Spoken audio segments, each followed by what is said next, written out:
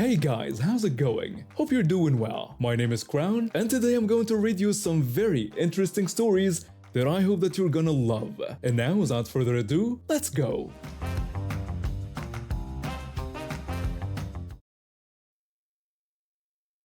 This all happened back in the early 2003 or 2004 when I was in high school. Our school had been dealing with what everyone called a crime wave. Students kept having stuff stolen from their locked lockers. It wasn't happening to everyone, but it was common enough that we all knew at least one person who'd been hit. The school's official stance? It was our fault for sharing our locker combinations with friends. They even charged us $150 every time we needed to change a locker combination after a theft, claiming we were responsible. Then it happened to me. Someone took my graphing calculator right out of my locked locker. This wasn't some cheap calculator either. It was a Texas Instruments 86 that cost about $150 back then, which is like $240 today. And I was certain I hadn't shared my combination with anyone. My friends and I were always pulling pranks on each other, so there was no way I'd give them that kind of ammunition. So there I was, out $150 for the calculator, plus another $150 to change my locker combination. The school brought in a locksmith to replace the entire lock mechanism, which is how they justified the steep fee. Here's where things got interesting. My dad was drinking buddies with a county detective. I'll call him Uncle Buddy. When my dad told him what happened, Uncle Buddy decided to look into it. He went to the school to request the security camera footage from the day my calculator disappeared. The principal brushed him off, saying it was a non-existent problem and that I must have given out my locker combination. When Uncle Buddy pushed for the footage, the principal told him he'd need a warrant. Then when he actually got one, the school fought it in court, claiming it violated student privacy. That's when Uncle Buddy came up with a plan. He showed up at our house one evening with a laptop in a bag. Uncle Buddy told me to put the laptop in my locker and tell everyone about my brand new laptop. I agreed, though I was confused by his request. I didn't fully understand what was happening, but I did what he said. 3 days later, I went to my locker between classes, and the laptop was gone, bag and all. They'd also taken my bottle of Coke and some pens. I immediately texted Uncle Buddy. I messaged Uncle Buddy that the laptop had been taken. He replied telling me to stand by for a crap show and told me that officially I had reported the theft to the police. I texted back that I understood, though I was still confused about what was happening. I went about the rest of my day. The next morning, Uncle Buddy showed up at school with 3 uniformed officers. They pulled a student, I'll call him Dave, out of class along with his mom, who worked in the front office. I couldn't hear what the cops were saying, but the principal was livid, shouting about how Uncle Buddy had no right to accuse anyone of theft or remove students from his school. It turned out there was a GPS tracker in the laptop bag. Uncle Buddy had gotten a warrant to search a specific house based on that tracking data. Since the laptop was worth over $1,000, the theft counted as a felony. The next afternoon, Uncle Buddy set up a tent with a table just outside school grounds, with a banner reading, "If you have had something stolen from your locker, see me." By the following morning, Dave and his mom made the local paper. Apparently, Dave had used his mom's login information to access the school network and get the locker combinations for basically everyone. Then he would just open random lockers, looking for valuable items to steal. When Uncle Buddy set up that stand to collect theft reports, the charges started piling up. Each locker counted as a separate misdemeanor, unless the stolen object was worth more than $1,000, which made it a felony. In less than a week, Uncle Buddy had opened and solved the case. Dave and his mom were charged with 9 felonies and 35 misdemeanor charges. When I finally got the full story from Uncle Buddy, he explained that he had me deliberately stash a brand new laptop with a GPS tracker in my locker to get it stolen. Then he got a warrant to search the property where it had been taken. Since my calculator and the laptop were stolen on different days, and I'd changed my combination in between, Dave got both a felony and a misdemeanor charge from me alone. The 9 felony thefts added up to around $12,000 total, and the 35 misdemeanor charges totaled about $3,000 in value. And that was just what they could prove. These were only the items they found in Dave's possession that they could trace back to specific students. The actual number of thefts was likely much higher. The prosecutor offered Dave 10 years, 5 in juvenile detention, and 5 in adult prison, and 15 years for his mom. They refused the deal and went to trial. Dave ended up with 1 year in prison for each felony, the state minimum, and 1 month probation for each misdemeanor, totaling 9 years plus 35 months of probation. His mom got hit even harder with 18 years in jail and 6 years probation. I attended parts of the trial, and the evidence was overwhelming. They had Dave on camera entering over 20 lockers, and they found stolen goods for every single charge. The judge was annoyed that there were likely other crimes they got away with that couldn't be proven or weren't reported. But the story doesn't end there. Everyone who had been charged $150 to get their locker combinations changed sued the school district in a class action lawsuit. The argument was that the school did nothing to investigate the 44 proven and likely 200 plus total cases of locker theft and then charge students money to fix the problem. There were 218 people in the class, and after attorney's fees, each of us got $85 back. The principal lost his job for ignoring the massive problem that had been repeatedly reported to him.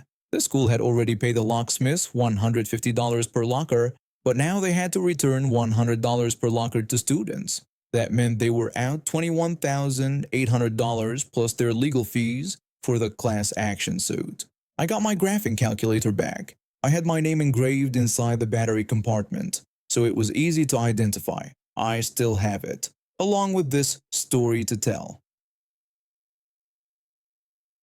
I had a week from hell. 5 days of business meetings and temperatures in the high 90s with humidity between 75 and 85%. I sweated all week. Friday came, all I had to do was fill up the rental car's gas tank before returning it at the airport. I pulled into a gas station with multiple pumps, but they were all busy until I reached the last one. I saw a woman sitting in her vehicle with the pump handle hung back. I thought she was done. I pulled behind her and gave a beep beep of my horn. 3 minutes passed. She didn't move. I got out of my car and walked to her vehicle. I asked if she could move as I was waiting for the pump. That's when it started. She was on 2 cell phones. She screamed at me that she hadn't pumped gas yet and needed to pay. She told me not to rush her and said she already told the last 3 people to wait behind someone else. Between my bad week, airport deadline, and this woman using a public pump like her office, I snapped. I'll call her Bunny. I asked if she was serious about sitting on phones while people waited, telling her this wasn't her living room. Bunny said she could do what she wanted because she was there first. I called her entitled and told her to get out and pump gas or move to a parking spot. For everything I said, she said something completely off topic. Then she tried to make her Rottweiler/pit bull mix attack me. The dog was barking from inside her car. Bunny didn't know I'm good with animals. I don't train dogs, it's just an ability I have. I talked to the dog softly, showing him my hand. The dog calmed down right away, wagging his tail. This made Bunny angry. She told me to get away from her dog and asked what I was doing. She got out of her car and said she would hurt me and that I didn't know who I was dealing with. I laughed, thumped my chest, and told her to try it. She didn't know I've done kickboxing for 10 years and won trophies. I wasn't scared of her. I called her bluff on every threat. She said she would call the police. I told her to do it since I had done nothing wrong. She called them. While we waited, her father drove up. He listened to my explanation, and he looked at his daughter with frustration. He left as the police arrived. I walked to the officers, introduced myself, and explained. They asked me to move to another pump and said they would talk to me after. I filled up quickly and waited in the lot. The female officer took my license and told me Bunny said I touched her. I told her that wasn't true, and if I had touched her, she'd be on the concrete. The officer smiled. The male officer then told me I could go. I thanked him but made one request. I asked him to tell Bunny that if any video she took went online, I would sue her since I hadn't agreed to be recorded. The officer said he would tell her and wished me safe travels. As I left, I saw in my mirror that they were putting handcuffs on Bunny. She probably had a warrant. I felt bad for the dog. He needed a better owner. I'm an early morning person. There's something about the quiet world before everyone wakes up that's peaceful. After my divorce last year, morning walks became my therapy, a chance to clear my head. Moving to a new neighborhood meant starting fresh, and the local park became my spot. This Saturday was different. I had a late start after fixing my daughter's bicycle at her mom's place. By the time I reached the park, it was full of weekend activity, families picnicking, joggers, and kids playing. I found a quiet path and started walking. The sun was bright but not too hot. When I rounded the corner near the playground, I noticed a little girl, about 6 years old, playing on the swing set by herself. She pumped her legs enthusiastically, her face filled with joy as she went higher. It reminded me of my own daughter, and I smiled at the scene. That's when I heard an angry voice behind me. The woman asked what I was doing there. Her tone startled me. I turned to see a woman in her mid-30s staring at me with narrowed eyes and crossed arms. I asked her what she meant, confused by her approach. She repeated her question more aggressively, asking if I was some kind of weirdo and why I was looking at her daughter. Her accusation caught me off guard. My smile disappeared. I told her I was just admiring how happy her daughter looked on the swing. The woman told me I could admire from a distance and not to come near her daughter again. She almost spat the words. I felt my face flush with embarrassment as nearby parents looked our way. Not wanting to cause a scene, I nodded and walked away. I was halfway down the path when I heard her speaking loudly to her daughter. She was telling the little girl this was why they couldn't trust strangers, calling all of them dangerous. I stopped. That was too much. Being careful was one thing, but painting every stranger as a threat and using me as the example. I took a breath and turned back. I told her I didn't like how she was talking about me in front of her daughter. I said I was just trying to enjoy the park like everyone else. The woman scoffed and said I was probably there to steal their things. I told her this was a ridiculous accusation and that I was trying to be polite and talk with her. She said she didn't want to talk to me and turned her back. I felt my patience wearing thin but kept my composure. I told her that while I understood her concern for her daughter's safety, teaching the child to fear everyone she meets wasn't helping her. She turned around, her face flushed.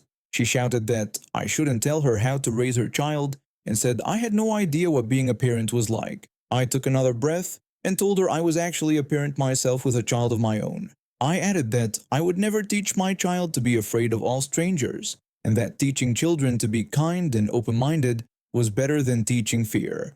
She didn't believe I was a parent. She then said keeping her child safe was important to her, even if that meant being careful around strangers. By now, we had an audience. Parents were watching us, some moving their children away. I said being careful was one thing, but teaching her daughter to fear everyone wasn't healthy and would only create fear and mistrust in the child.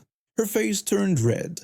I could see her fists clenching as she stepped closer. She told me she was sick of me and my opinions and threatened to call the police if I didn't leave. She was inches from my face now. I could feel her breath. I refused to leave until she said sorry for how she treated me. What happened next was fast. The woman screamed and lunged at me, hitting my chest with both hands. I stumbled back but kept my balance. She came at me again, swinging wildly. I tried to dodge her blows without hurting her. One of her swings knocked me off balance, and I fell onto the grass. She jumped on top of me, screaming.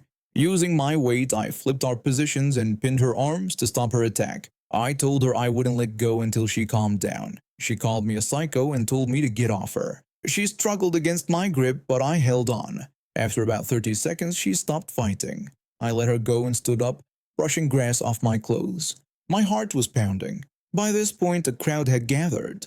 The woman's daughter was crying near the swings, being comforted by another parent. Someone had called park security, who arrived as the woman was getting to her feet. The security officer asked what was happening. Several people spoke up, explaining how the woman had attacked me. The security officer listened and then pulled the woman aside for a private talk. I could see her pointing angrily at me as she spoke.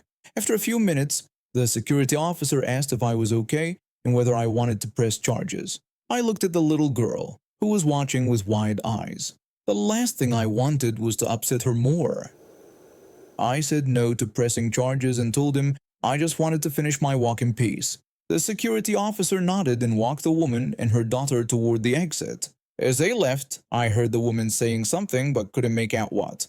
The crowd left with a few people checking if I was all right. I sat on a nearby bench, still shaken. An elderly man who saw everything sat down beside me. He told me I handled it well and mentioned that the woman had been causing trouble for weeks, always fighting with people. I nodded, not knowing what to say. As I got up to continue my walk, I decided to come to the park earlier tomorrow, when it was quiet and free of entitled parents looking for a fight. I love my job at the Children's Museum. I create interactive spaces where kids can explore and learn through play. Seeing the joy on those little faces makes all the hard work worthwhile. Things got complicated a few months ago when our roof failed after a heavy frost in December. Water started pouring down our walls, and my husband jumped into action. He's handy and decided that since the roof needed to be redone, he'd add dormers to create more space so we'd never have to strip the roof again. We didn't expect it would take so long. With the roof exposed during construction, each rainfall meant more emergency repairs and more time my husband couldn't go to his actual job. It also meant he couldn't help with our 9-month-old daughter. I was on my own trying to juggle a baby and a job while my husband battled the elements to keep our house from flooding. He was working from dawn till dusk on that roof, but the situation was overwhelming. So I went to my workplace, explained everything, and asked if I could bring my daughter temporarily. The museum director was understanding. She told me that I could bring the baby with me until things settled down at home. I thanked her and promised my daughter wouldn't be disruptive. The director said it was fine, pointing out that we were a children's museum. This was a relief. I couldn't afford childcare on my salary, and my family lives too far away to help. January became a blur of baby bottles, diaper changes, and working on our big February half-term project, an audiobook trail and baby sensory room. Despite having my daughter with me, I finished the installation a week ahead of schedule. Everyone liked it. My colleagues were great, often holding the baby while I mounted displays or tested audio equipment. My daughter became like a tiny mascot for our team. One co-worker commented on how well-behaved my daughter was and seemed surprised at how much work I was doing while caring for a baby. Another colleague liked the sensory room, saying the kids would love it. I was tired but proud. The launch week was approaching, and I was scheduled to work 5 days straight to monitor the new installation and fix any issues. Then, the day before launch, I received an email that made me angry. It was from the CEO, someone who rarely visits our site. The email was brief and cold. The CEO told me that I've been bringing my infant to work. They said this was inappropriate and must stop immediately, telling me to make other arrangements for childcare before coming to work the next day. No explanation. No mention of my situation or the work I completed.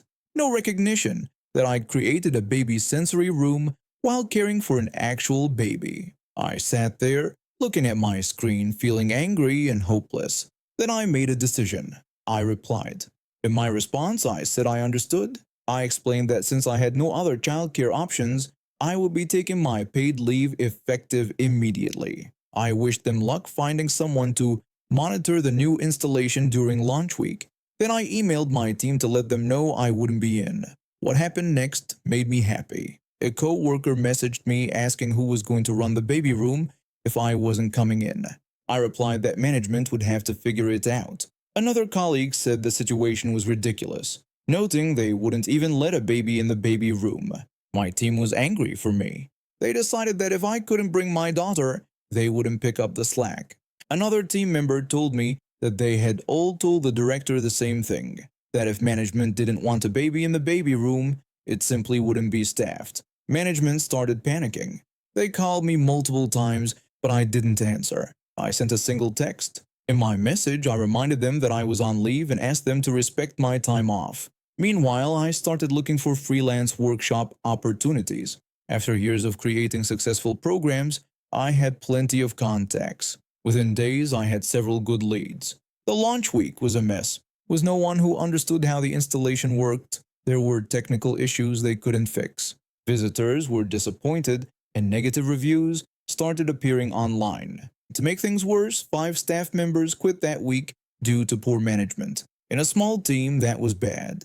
I heard through my remaining colleagues that the director finally talked to the CEO. The director told the CEO that they had lost their best program designer and 5 other staff members in 1 week, all because the CEO wouldn't allow a temporary accommodation for a baby in a children's museum. The director pointed out that the baby was actually helping them test a room designed for babies. The CEO said they were just maintaining professional standards. The director said those standards had cost them their launch week, their reputation, and nearly half their staff. Yesterday, I received another email from the CEO.